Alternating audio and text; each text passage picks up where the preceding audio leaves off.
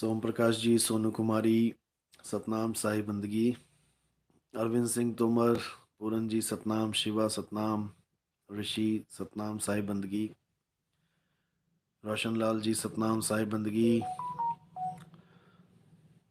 चलो, जय सतनाम, साहिब बंदगी। सभी भक्तों को साहिब बंदगी सतनाम।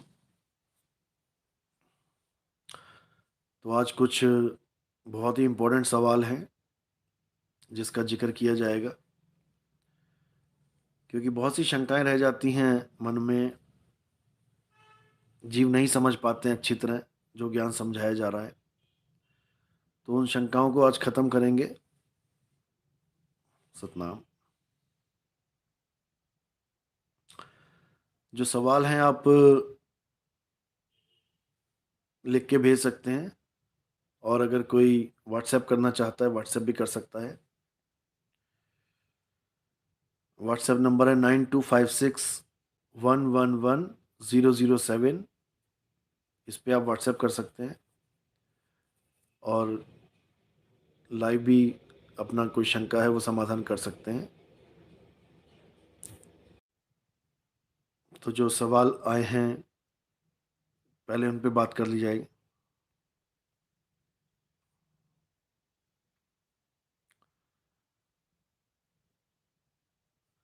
एक्चुअली कुछ ग्रुपों में जो 12वें पंथ हंस मुनि जो कालदूत है, उसके शिष्यों ने कुछ लोगों को भरमाना चालू कर दिया है। हमारी नाम प्रकाश जो ग्रंथ है वो किसी महात्मा ने टीका करके विदाउट एनी परमिशन उसने इंटरनेट पे डाल रखी है, और उस नाम प्रकाश पे बड़े बड़े अक्षरों में ओम और पता नहीं क्या क्या लिख रखा है।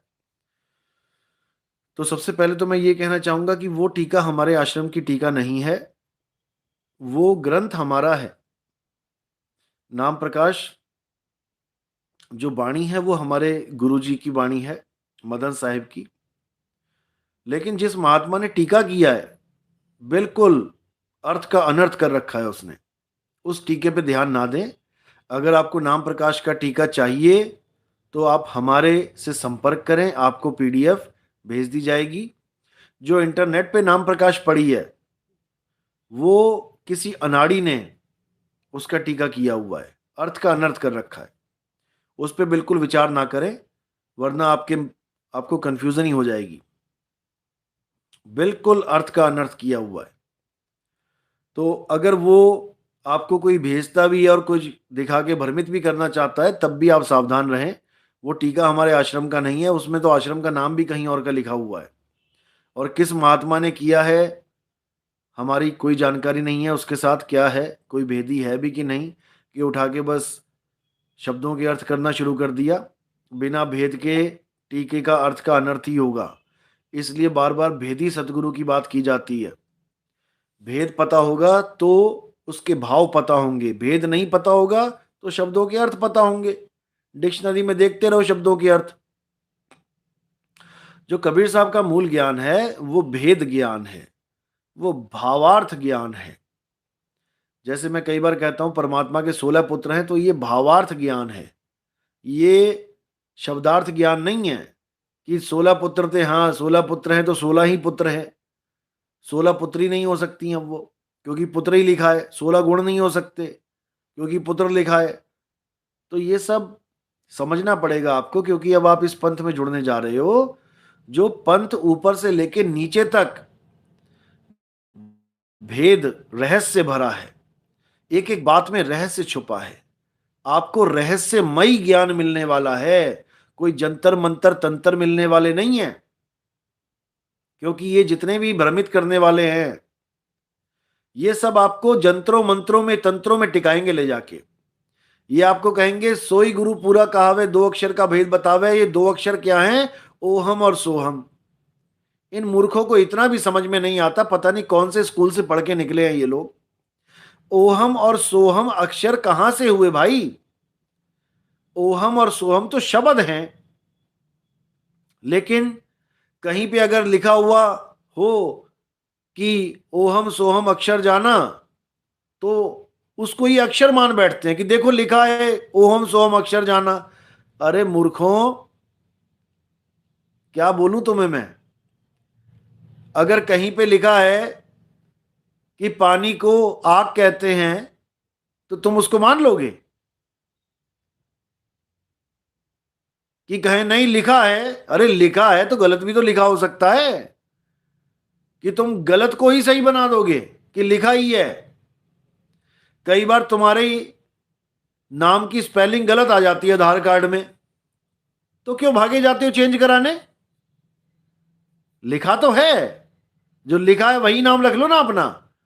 वहां तो बड़ी होशियारी आ जाती है तुम्हें कि जी नाम गलत लिख गया आपसे। अरे तो वहां पर भी गलत लिखा जा सकता है। जब कबीर साहब कह रहे हैं सोहंग शब्द हम जग में ले आए और सार शब्द हम गुप्त छुपाए, अब कबीर साहब को भी कह दो कि वो भी अज्ञानी है जो सोहंग को शब्द कह रहे हैं। सोहंग तो अक्षर है। निकम्मो, क्या बोलूं तुम्हें मैं। अक्षर का मतलब होता है आ ई का खा गा चा चा ठा डा। जितने भी अक्षर तुम मुंह से बोल सकते हो, सिंगल इकाई, सिंगल अल्फाबेट इज कॉल्ड अक्षर इन हिंदी। समझ लो इसको। और जब दो या दो से ज्यादा अक्षर मिल जाते हैं आपस में तो वो शब्द कहलाते हैं। सोहंग शब्द हम जग में ले आए। सोहंग अक्षर नहीं बोला वहां पे। पता नहीं बुद्धि पे क्यों पत्थर पड़े हैं इन लोगों के। समझ जाओ, इंसानी चोला है, बर्बाद हो जाएगा तुम्हारा। उसके बाद पूछ लग जाएगी पीछे। अभी तुम किसी से पूछना नहीं चाहते सत्यमार्ग जो बता रहा है, उसके बाद पीछे पूछ लग जाएगी, गली गली में घुमाएगा तुम्हें। तब समझ में आ जाएगा कि सोहंग अक्षर है कि सोहंग शब्द है। सोहंग शब्द हम जग में ले आए, सार शब्द हम गुप्त छुपाए। इसका क्या मतलब है? सपने में भी नहीं पता लग सकता तुम्हें? क्या कबीर साहब के आने से पहले सोहंग शब्द नहीं था यहां पे? पुराणों में पूरा जिक्र है सोहंग शब्द का। और हंस मुनि कहते हैं कि सोहंग किसी 52 अक्षरी ग्रंथ में नहीं है। 52 अक्षर किसको मान रखा इन्होंने? संस्कृत की भाषा को। कि संस्कृत की भाषा के जितने भी ग्रंथ हैं वो 52 अक्षरी ग्रंथ है। तो हिंदी की भाषा के जो ग्रंथ है वो कौन से अक्षर की ग्रंथ है भाई? इनको इतना नहीं पता कि 52 अक्षर बोला किसे गया है। वही इनके चेलों का हाल है। 52 अक्षर होते हैं आ ई काखा गागा टाठा डाडा। इन सबको जब आप जोड़ लोगे ये 52 अक्षर हो जाएंगे। और इन अक्षरों को त्यागना है। गुरु ग्रंथ साहब की वाणी पढ़ो। 52 अक्षर जोड़े आन, सक्या न अक्षर एक पहचान। अक्षर कह लो, आखर कह लो, पंजाबी में उसी को अक्षर कह देते हैं और हिंदी में अक्षर कह देते हैं। बात अक्षर आखर अक्षर की नहीं है, बात 52 अक्षरों की है। चाहे किसी भाषा में उसे कुछ भी कहते रहो, चाहे उसको अल्फाबेट कह लो कि 52 अल्फाबेट जोड़े आन, सक्या ना अल्फाबेट एक पहचान। अब अल्फाबेट वहां पे हम इसलिए नहीं कह सकते इस वाणी में क्योंकि अल्फाबेट इज अक्षर। और संस्कृत भाषा में अक्षर का मतलब होता है जिसको कोई नाश ना कर पाए। अक्षर अविनाशी, इसी को बोला अक्षर पुरुष, अविनाशी पुरुष। तो उस एक अक्षर अविनाशी को जानना है जो सब घटों में रमा हुआ है, जिसको कबीर साहब ने कबीर वाणी में बोला है, इन अकल के अंधों को वाणियां भेजो। नहीं कबीर नहीं धर्मदास, अक्षर एक सब घट ही निवास। वाही सो सतपुरुष कहिए, आदि अंत अक्षर गह रहिए। आदि अंत अक्षर गह रहिए, शब्द नहीं गह रहिए। फिर समझ लो, तुम्हें जो नाम पकड़ाए जा रहे हैं वो अक्षरों वाले शब्द हैं। और जो असली मूल ज्ञान है वो सार शब्द वाला है। उसमें अक्षर नहीं लगते कि अक्षरों को जोड़ के सार शब्द बनेगा। इन मूर्खों को यही नहीं समझ में आ रहा। मैं समझा समझा के 6वां साल लग गया। 2018 से मैंने चैनल बनाया। 18, 19 गया, 20 गया, 21 गया, 22 गया, पर इनको आज तक यही समझ में नहीं आया कि नितिन दास कह क्या रहा है, समझा क्या रहा है। एक वो जयपुर वाला उठा, कहता देखो गीता में लिखा है मम एकम अक्षरम ओम। अरे भाई क्या बताऊं मैं, अब कुछ समझदार इंसान हो तब तो समझे भी। अब इन मूर्खों को कौन समझाए, अपना दिमाग खाली करना है तो। समझा समझा के मेरा दिमाग खाली हो गया, लेकिन इन लोगों को समझ में नहीं आया। जहां अक्षर लिखा जाता है वहां अविनाशी की बात होती है। ओम को अविनाशी बोला गया है वेदों में, पुराणों में, कि ओम प्रणव है, ओम अक्षर है, अविनाशी है। हिंदी उर्दू वाला अक्षर नहीं बोला उसको, उसको अविनाशी बोला गया है। जहां पे मम एकम अक्षरम की बात चल रही है कि मेरा एक अविनाशी मंत्र ओम है जिसका कभी नाश नहीं होता। किसी भी वेद में, किसी भी पुराण में तुम दिखा दो जहां ओम को अविनाशी ना बोला गया हो। ओम को 3 लोक का मालिक बोला गया है। ओमकार है वेद का मूला, ओमकार में सब जग भूला।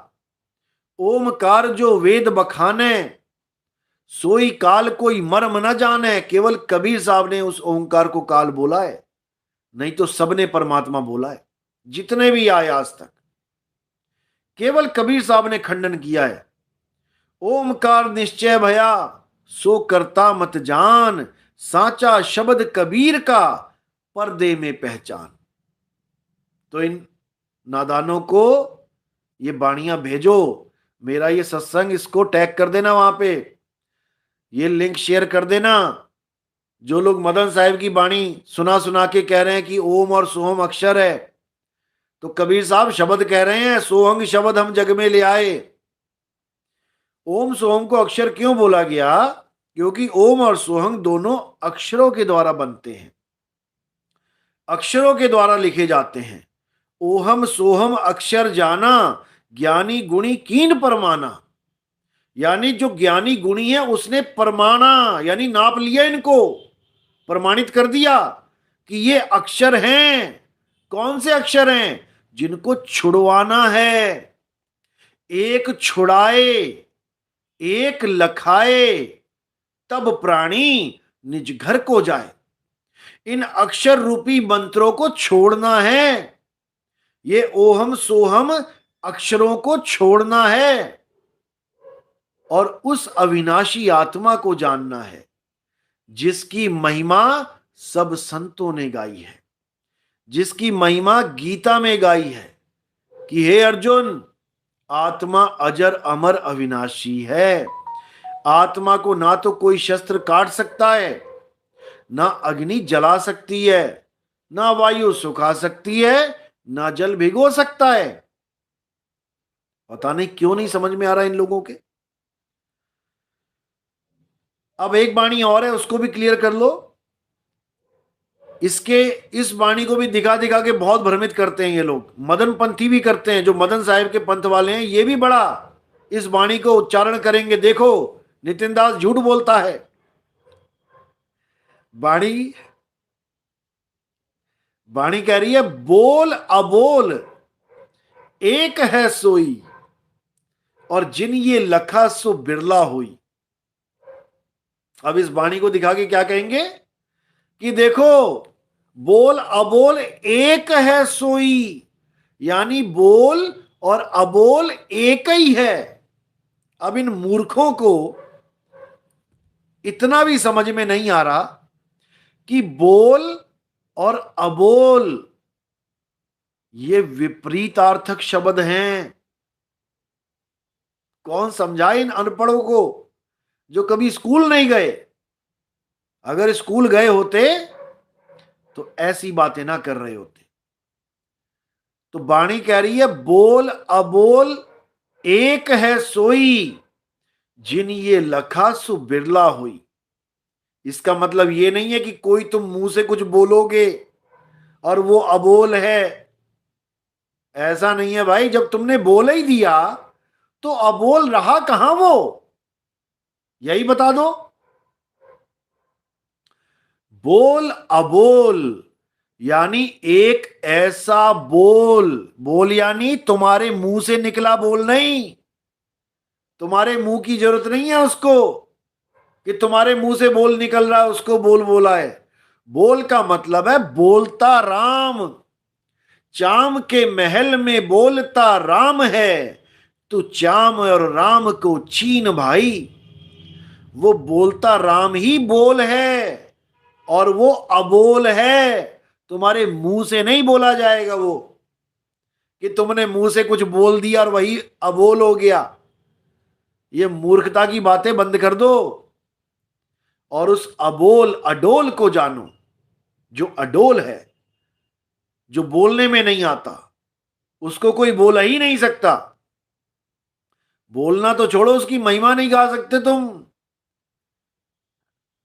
जो मुख होए जीभ 10 लाखा, बोलते भी हो सत्संग में, तब कोई आन महंतो भाखा। अगर मुंह में 10 लाख जीवें हों तब जाके कोई महंत उसकी महिमा गाए। अब जिस दिन मुंह में 10 लाख जीव हो उस दिन गाएगा, यानी इम्पॉसिबल है।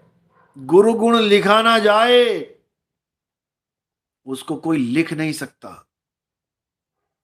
तो इन मूर्खों को ये लिंक शेयर कर देना और साथ में ये भी भेज देना, जाग जा भाई जाग जा, नहीं तो ऐसे ही अंधकार में ही सोता रह जाएगा और जीवन बर्बाद हो जाएगा। क्योंकि इन लोगों के पास अब कुछ पल्ले बचा नहीं है। इन लोगों का ज्ञान ऐसा धोया गया है, जो कहते थे कि 21 ब्रह्मांड में हमारे ज्ञान को कोई टक्कर देने वाला नहीं है, ऐसा धोया गया है कि इनको रास्ता नहीं मिल रहा। अब इनके पास केवल एक ही स्ट्रेटजी है कि बदनाम करो, कैसे भी झूठा सिद्ध करो, इनकी संगत को विचलित करो, भ्रमित करो, वाणी का अर्थ का अनर्थ बताओ। तो भाई तुम्हारे बस की बात नहीं है। नितिन दास की संगत है, नितिन दास नितिन दास ही बना देता है सबको। हाँ, कोई बनना ही ना चाहे तो बात अलग है, क्योंकि कीट न जाने भृंग को गुरु कर ले आप समान। अब कोई बनना ही ना चाहे तो भृंगी उसको निकाल देती है बाहर, 3 बार आवाज देती है। अगर उसकी आवाज के साथ मैचिंग हो गई तब ठीक है, अगर नहीं तो फिर बाहर, खत्म। फिर उसका यहां कोई खेल ही नहीं है, जाओ जहां जाना है। तो ये आपको क्लियर हो गया है। और हमारे ही मदन साहिब के पंथ में बहुत से ऐसे निकम्मे लोग घुस चुके हैं, घुसे ही हुए हैं पहले से, क्या बोलूं मैं, जो गुरुजी की फोटो के सिर के ऊपर आ बना के भेज देते हैं। फेसबुक पे देख सकते हो, लोगों के स्टेटसों पे देख सकते हो। अब इनको कोई नहीं समझा सकता, इनको कोई समझाने वाला है ही नहीं, क्योंकि ये आ की पूंछ पकड़ चुके हैं। और साहिब ने बोला है कि जो भी अक्षरों के चक्कर में पड़ेगा, उन नामों के चक्कर में पड़ेगा जो मुख से प्रकाशित हो सकते हैं, वो काल के मुंह में जाएंगे। चाहे गुरु हो चाहे चेला हो, दोनों को काल के मुंह में जाना पड़ेगा। जहां लग वाणी मुख पर गासा, तहां लग काल करे सब ग्रासा। जो भी ऐसे नाम के चक्कर में पड़े हैं जो मुंह से बोला जा सकता है, जो मुंह से बोल के लखाया जाता है, उनका कुछ नहीं होने वाला, वो गए काम से। क्योंकि अगर मुंह से ही लखाया जाता ये नाम, तो हमारे आश्रम में जो गंजेड़ी भंगेड़ी नंगेड़ी पड़े हुए हैं, फिर तो ये सारे सार शब्द की ज्ञाता हो गए। फिर तो सारे सार शब्द के ज्ञाता हो गए। गांजा पियो और आ करते रहो, मिल गया सार शब्द। तो भाई दिल्ली अभी दूर है और पहुंचना भी जरूर है, इसलिए अकल कर लो, होश कर लो अभी, वरना यहीं धक्के खाते रह जाओगे। जितना जोर तुमने लोगों को आ सिद्ध करने में लगा रखा है, इतना जोर तुम उसको प्राप्त करने में लगाओ, जो कोई थोड़ा बहुत भेद मिला है तुम्हें तो। नहीं तो ऐसे जीवन बर्बाद हो जाएगा, नितिन दास करते करते। नितिन दास की जगह कबीर कबीर करो, कुछ लेखे लग जाएगा तुम्हारा जीवन। तुम्हारे भले की कह रहा हूं। तो और कोई सवाल है, आप पूछ सकते हैं।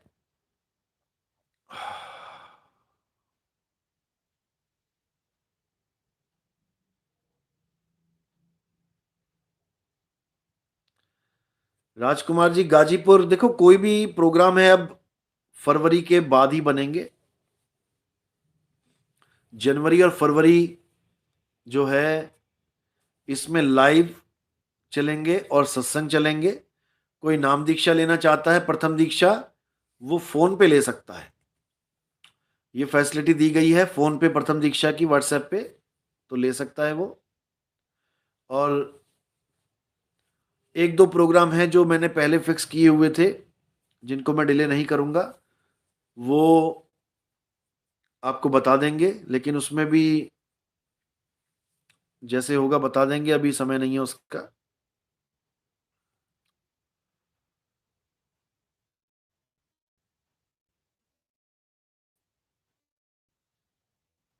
सतनाम साहिब बंदगी सतनाम।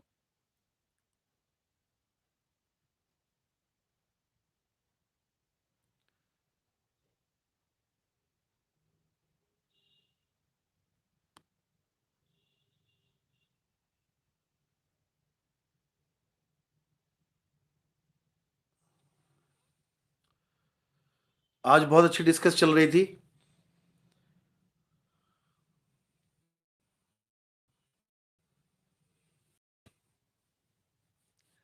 आज कुछ भगत आए हुए थे मिलने के लिए, तो बात चली पूर्णमासी की, कि पूर्णमासी क्या है।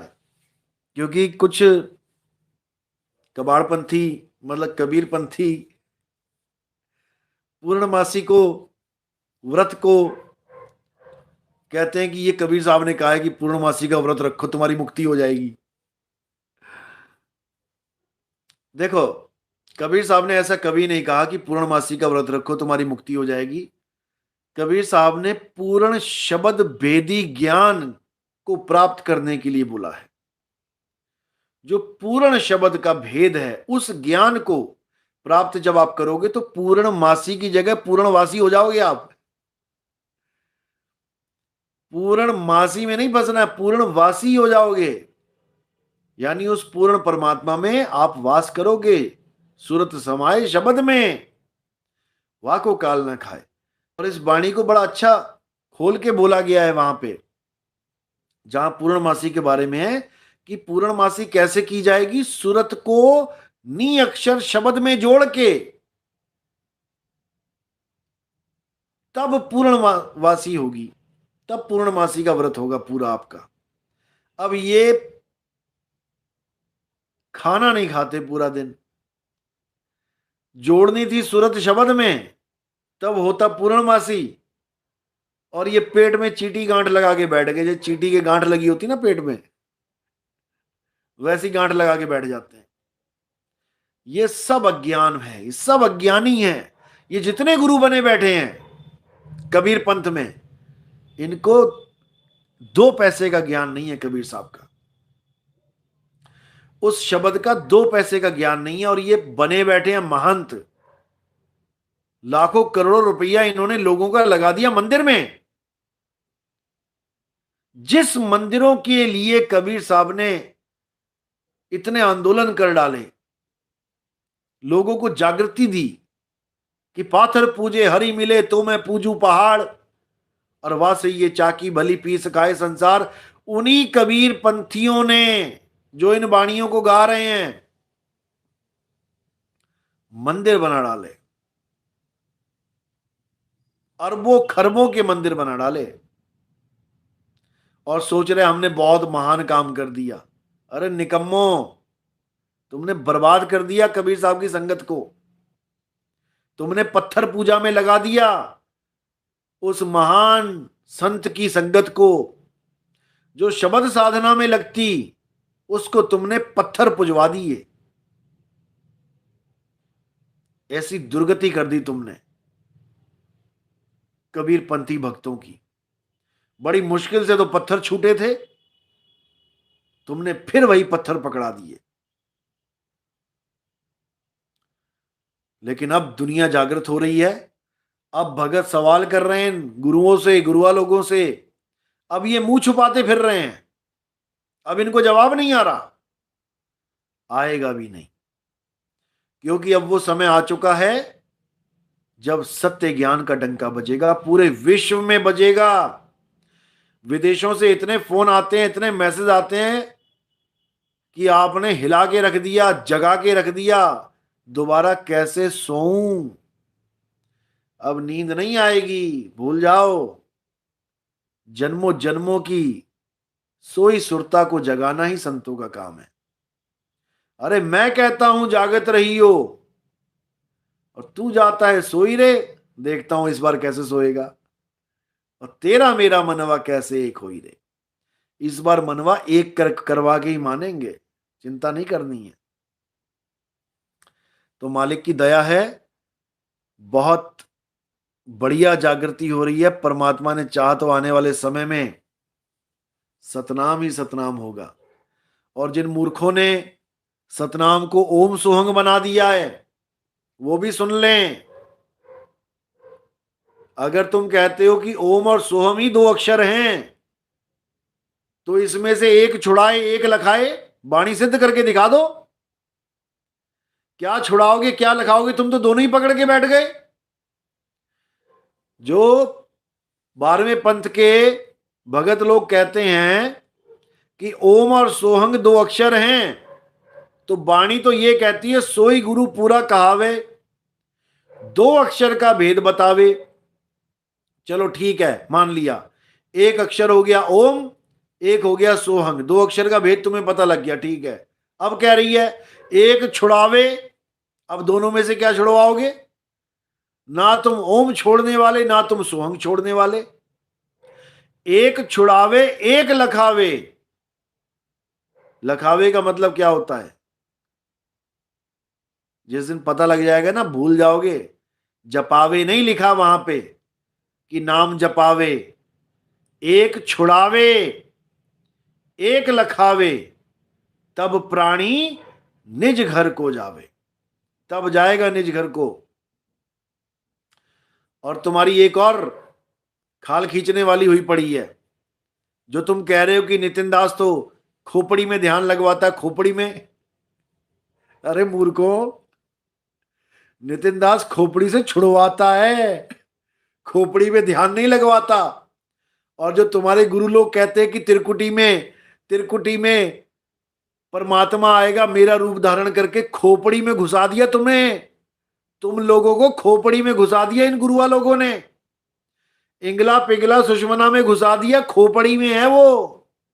इंगला पिंगला सुषमना खुद खोपड़ी में घुसे पड़े हैं, और जो खोपड़ी से छुड़वा रहा है उसको कह रहे खोपड़ी में ध्यान लगवा रहा है। गजब के लोग हैं ये, गजब के। अपने गुरुओं के सत्संग सुनो ध्यान से। 1000 बार बोला उसने कि त्रिकुटी में यहां पर छटनी होगी, यहां पर तुम्हारे माथे के ऊपर लिख के आ जाएगा कि सिलेक्ट है या रिजेक्ट है। कहां पे होगी छटनी? इंगला पिंगला सुषमना में। और कहां पर है वो? खोपड़ी में। तुम हो खोपड़ी वाले। हमारा ज्ञान खोपड़ी क्या, पूरी देही से न्यारा ज्ञान है। शरीरों से परे का ज्ञान है, शरीरों में नहीं लेके जा रहे। कि कोई कहे कि जी इंगला पिंगला सुषमना में परमात्मा रहता है। इंगला पिंगला सुषमना में परमात्मा नहीं रहता। इंगला पिंगला सुषमना में मन रहता है और तुम्हें मन के ही सहारे छोड़ दिया गया है। मन ही तुम्हारे गुरुओं का रूप बना के धारण करके बैठ जाता है। गीता में सारे रूप दिखा दिए इसी मन के। उसी में से तुम्हारा भी एक गुरु हो गया, उसका भी रूप धारण कर लेगा मन 2 मिनट में। चाहे वो किसी भी पंथ का गुरु क्यों ना हो, ये मन किसी का भी रूप धारण कर सकता है। क्या तुम्हें सपने नहीं आते? क्या तुम्हें सपने आते हैं? जिसका सपना आया उससे जाके पूछो जरा कि क्या तुम कल मेरे सपने में आए थे, मैंने तुम्हें 2 रुपए दिए, 5 रुपए दिए, 10 रुपए दिए, वापस कर दो। मार के भगाएगा तुम्हें। जब वो नहीं आया सपने में, जिसको पता ही नहीं है मैं सपने में आया कि नहीं आया, तो कौन आया सपने में? तुम्हें कौन दिखाई दिया? यही मन है जो साकार रूप में तुम्हारे सामने आके खड़ा हो गया, तुम्हारे ही माँ बाप के रूप में, तुम्हारे ही भाई बहन के रूप में, कुत्ते शेर हाथी के रूप में। यही मन के खेल हैं, मन माया का खेल है ये। किसी गलत फहमी में मत रह जाना कि इंगला पिंगला में जाके ज्योत निरंजन ओंकार आरंकार सोहंग सतनाम जप के, या ओम कलियम हरियम शरियम सोहंग जप के, या ओम तत्सत करके, या कोई और फलाना नाम जप के तुम्हारी मुक्ति हो जाएगी। तुम्हें फंसा फंसा के मारेगा ये काल भगवान, इतना समझ लेना। साहिब कहते हैं निज मन करत जहां ठकुराई, सो नैनन पिछवाड़ा है।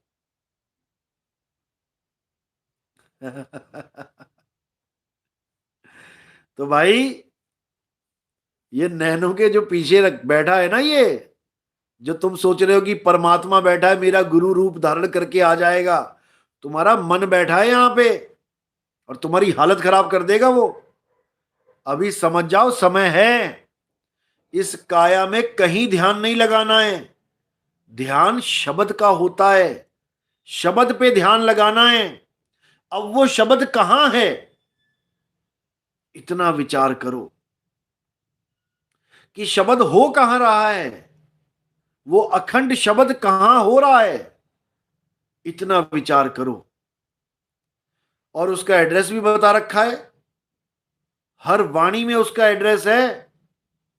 अदर द्वीप तहां गगन गुफा में, है निज वस्तु सारा। सार एक वस्तु है, सार कोई मंत्र नहीं है जो अधर द्वीप में पड़ा हुआ है, कोई मंत्र वहां जाके पढ़ोगे लिखोगे। अदर द्वीप तहां गगन गुफा में, है निज वस्तु सारा। और ज्योत स्वरूपी अलख निरंजन, ये धरता ध्यान हमारा। इसका भी 3 लोग का काम इसलिए चल रहा है क्योंकि ये ताकत ले रहा है हमसे। हमारी ताकत के बिना ये सब जीरो है। इसीलिए देह का तो ध्यान करना ही नहीं है, देह में तो जाना ही नहीं है। देह से परे जो विदेह है, देह से परे जो विदेह है, उसको जानना है। अगर उसको जान लिया तो समझो सबको जान लिया, और उसको नहीं जाना तो भैया कुछ नहीं जाना। इसीलिए साहिब कह रहे एक साधे सब सधे, सब साधे सब जाए, और माली सींचे मूल को, फूल पात घाए। एक को पकड़ो, केवल उस एक को जानो। वो एक कहां है उसको पहचानो। नानक साहब क्या समझा रहे हैं? 9 द्वार 9 दर फीके, रस अमृत 10वें चुईजे। अब एड्रेस पकड़ सको तो पकड़ो, नहीं तो तुम्हारे बस की बात नहीं है कि नानक साहब की वाणी को समझ सको, कबीर साहब की वाणी को समझ सको। तुम्हारे बस की बात नहीं है भाई। Happy Austria. साहिब बंदगी सतनाम प्रभु जी। अगर ओशो, फकीर चंद, लालचंद, सुदामा जी, राधा स्वामी वाले गुरु जी ये सब नहीं पहुंचे, हम कैसे पहुंचेंगे? डर लग रहा है प्रभु जी। मन माया ने उनको नहीं छोड़ा तो हमें क्या छोड़ेगी? देखो, मन माया उसको नहीं छोड़ती जिसका कोई भेदी गुरु से मुलाकात नहीं हुई। जिसकी मुलाकात भेदी गुरु से नहीं हुई, मन माया उसको नहीं छोड़ते। क्यों? उसको भेद ही नहीं पता है कि मन क्या है, माया क्या है। मन माया से बचने का एक ही रास्ता है कि मन माया को पहचानना पड़ेगा। दुश्मन से जीतने का एक ही रास्ता है कि पहले दुश्मन की ताकत को आंकना पड़ेगा, दुश्मन को पहचानना पड़ेगा, और पहचान के ताकत को आंक के फिर उसको खत्म किया जाता है। पहचानना पड़ेगा। कोई रेलवे स्टेशन में आतंकवादी घुस गया, अब पुलिस तो तब ढूंढेगी ना उसको जब पहले पहचानेगी। उसकी पहचान करवाई जाती है पहले। तो जब पहचान जाओगे तो बचते चले जाओगे, और पहचान नहीं पाओगे तो झुकते चले जाओगे। वो काल किसी भी रूप में तुम्हारे सामने आ गया, तुम्हारे गुरु के रूप में, तुम चरणों में धो धो के उनके चरणामत लेने लग जाओगे, उनके पैर पड़ जाओगे, क्योंकि तुम काल को जानते ही नहीं कि कितना शातिर है। ये तो भेदी गुरु बताता है। जैसे इंदुमती को बताया था कबीर साहब ने कि काल भगवान मेरा रूप लेके आएगा तुझे ठगने के लिए, और कहेगा कि मैं ही तेरा गुरु हूं, लेकिन मैं तुझे पहचान बताता हूं कि तू कैसे पहचानेगी कि ये मैं हूं या काल है। पूरा भेद समझाया कबीर साहब ने, लेकिन इन कबीर पंथियों के तो तब भी पल्ले नहीं पड़ा। क्या इन कबीर पंथी गुरुओं ने बताया आज तक अपने चेलों को कि काल हमारा रूप लेके आएगा, कैसे पहचानोगे? नाम पकड़ा के रख दिए। कोई सत सोहंग जपवा दिया, कोई सत ओहंग जपवा दिया, कोई अजर नाम, अमर नाम, ये नाम, फलाना नाम, ढिकाना नाम, ये जपवा दिया। अरे मूर्खों, आत्म ज्ञान देना था चेलों को, मंत्र ज्ञान पकड़ा दिया तुमने। कबीर साहब के पंथ में घुसे हुए हैं ये लोग, बने हुए कबीर पंथी। साहिब कहते तंत्र मंत्र सब झूठ है, इनमें न भर में कोई, और सार शब्द जाने बिना कागा हंस ना होए। और एक महात्मा चीख रहा है अपने YouTube चैनल पे, कौन सा सार शब्द, कैसा सार शब्द? कोई सार शब्द नहीं होता। अरे कबीर साहब ने जो बोला है वो सारी तो है, सारी बाणियों में सार शब्द ही तो है। बताओ, इतनी भी अकल नहीं है कि अगर कबीर साहब ने ये सारा सार शब्द बोला है तो उसको अबोल क्यों बोलेंगे? क्यों बाणी में बोला कि 33 अरब ज्ञान हम भाखा और सार शब्द हम न्यारे राखा? तो 33 अरब जो ज्ञान बोल दिया, फिर तो यही सार शब्द हो जाना चाहिए था। सार शब्द हम गुप्त ही राखा, ये बोलने की क्या जरूरत थी भाई? इन लोगों का इतना बुरा हाल है, और गुरु बन के केवल लोगों को ठगना और उनके पैसों से बड़े बड़े आश्रम बनाना, बस इसी में खुश हैं। उसके बाद भले 84 में चला जाए, झूठा गुरु अजगर बना, लख 84 जाए, और सारी संगत चींटी बनी, तोड़ तोड़ के खाए। अजगर बन जाएगा वो मंजूर है, लेकिन ज्ञान को नहीं समझेगा। तो भाई ज्ञान को समझो। अगर संत महात्मा समझेंगे, साधु समझेंगे, तो लाखों लोग जागेंगे। लेकिन ये साधु लोग ये कानों में उंगलियां डाल लेते हैं हमारा सत्संग सुनते हुए, क्योंकि इनकी नींव हिल जाती है, इनके मंदिर ढह जाते हैं। इनको लगता है खत्म कर दिया इसने तो हमें। खत्म नहीं कर दिया, तुम्हें दोबारा जीवन मिलेगा। तुम्हें नया जीवन देने के लिए आया हूं मैं यहां पे, तुम्हें सत्य मार्ग बताने के लिए आया हूं, अजगर बनने से बचाने के लिए आया हूं। समझ लो इसको अच्छी तरह। आना तो तुम्हें पड़ेगा ही, यह मत सोचना कि तुम बच जाओगे। जिस दिन संगत जाग गई ना, सबके सामने तुमसे सवाल जवाब करेगी, और फिर जब तुम्हें जवाब नहीं आएगा तब इतना सा मुंह लटका के तुम निकल जाओगे बीच में से। तब भी तो अकल आएगी कि नहीं आएगी? इसलिए अभी से समझना शुरू करो, क्योंकि आने वाले समय में तुम्हारे सामने तुम्हारी ही संगत सीना ठोक के सवाल पूछेगी, क्योंकि जन्म मरण का सवाल है यहां पे। यहां पर कोई कोई खेल नहीं चल रहा है कि तुमने खेल बना दिया इसको। 1,84 में जाने का सवाल है। तुम्हारी वजह से कितने महा अज्ञान में फंस गए, पत्थर पुजवा दिए, नारियल फोड़वा दिए। ऐसे देश में चले गए तुम जहां नारियल उगता ही नहीं है,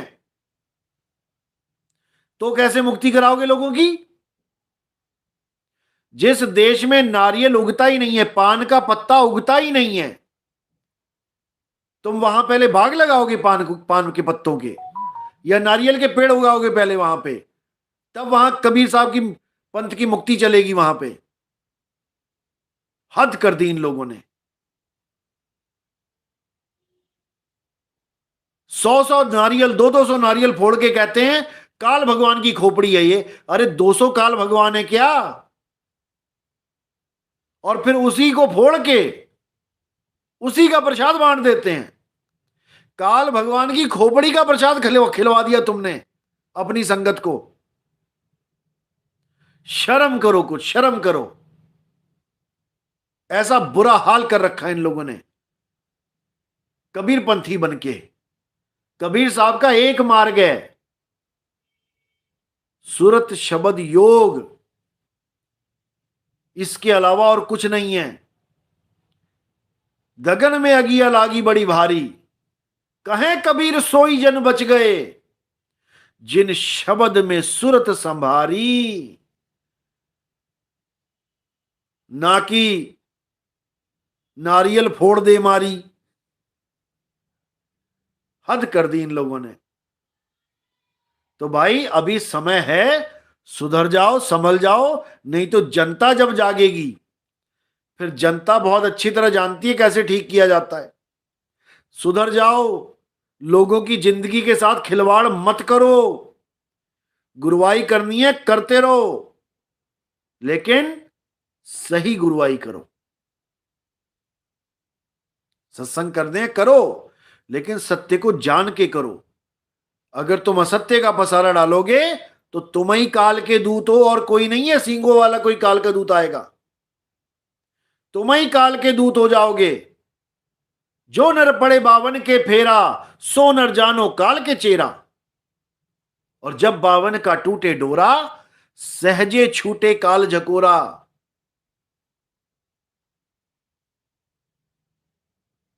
तो भाई बावन से खुद भी बचो और अपनी संगत को भी बचाओ। ये बावन को हल्के में मत लेना। बावन ही काल जाल है। बड़े बड़े ऋषि मुनियों को, बड़े बड़े तपस्वियों को इसी बावन में फंसा फंसा के जन्म बर्बाद करवाए हैं इस काल ने। समझ जाओ। तो अगला सत्संग बहुत जल्दी होगा दोबारा। अभी जितना बताया उतना समझो, और उन लोगों को ये लिंक जरूर शेयर कर देना जो ओम सोहम के नाम पे लोगों को मूर्ख बनाना चालू कर दिए हैं, क्योंकि इनके पल्ले कुछ नहीं है। इन लोगों को एक वाणी मिल गई पता नहीं कहां से, कबीर साहब की वाणी में, कि रमदूत कुरमदूत पता नहीं कौन सा, कि वो एक नीच जात से आएगा। तो नीच जात लिखा है उस पे, तो इन लोगों ने मुझे ही नीच जात का बना दिया। कहते नितिन दास रविदासिया है, उस पंथ का है, इस पंथ का है, पता नहीं कौन कौन सी जातें बता दी इन लोगों ने। और मुझसे प्रमाण मांगने लगे कि प्रमाणित करो कि तुम राजपूत हो, प्रमाणित करो तुम ठाकुर हो, देखो तुम्हारे बारे में लिखा है।